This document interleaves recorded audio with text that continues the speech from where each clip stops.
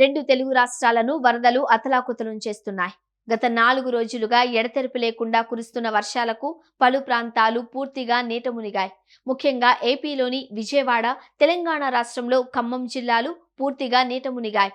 దీంతో జనజీవనం అస్తవ్యస్తమైంది.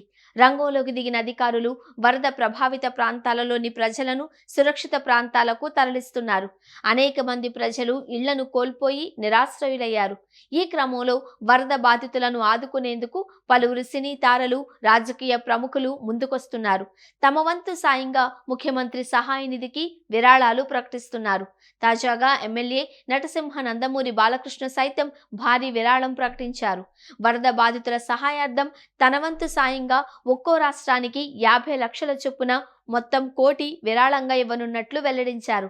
తెలుగు రాష్ట్రాల ముఖ్యమంత్రుల సహాయ నిధికి ఈ మొత్తాన్ని అందజేయనున్నట్లు తెలిపారు. ఈ మేరకు సోషల్ మీడియా వేదికగా ప్రకటన విడుదల చేశారు. 50 ఏళ్ల క్రితం మా నాన్నగారు నా నుదుటిన దిద్దిన తిలకం ఇంకా మెరుస్తూనే ఉంది. 50 ఏళ్ల నుంచి నా నట ప్రస్థానం సాగుతూనే ఉంది, వెలుగుతూనే ఉంది.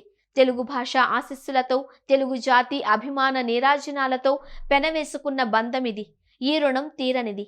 ఈ జన్మ మీకోసం, మీ ఆనందం కోసం. ఈ నా ప్రయాణంలో సహకరించిన అందరికీ కృతజ్ఞతలు తెలియచేసుకుంటున్నాను. ప్రస్తుతం తెలుగు నేలను వరద ముంచెత్తుతోంది.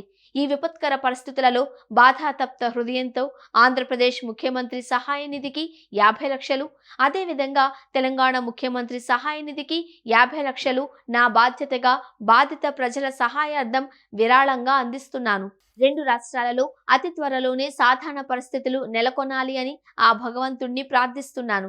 మీ నందమూరి బాలకృష్ణ అని పేర్కొన్నారు.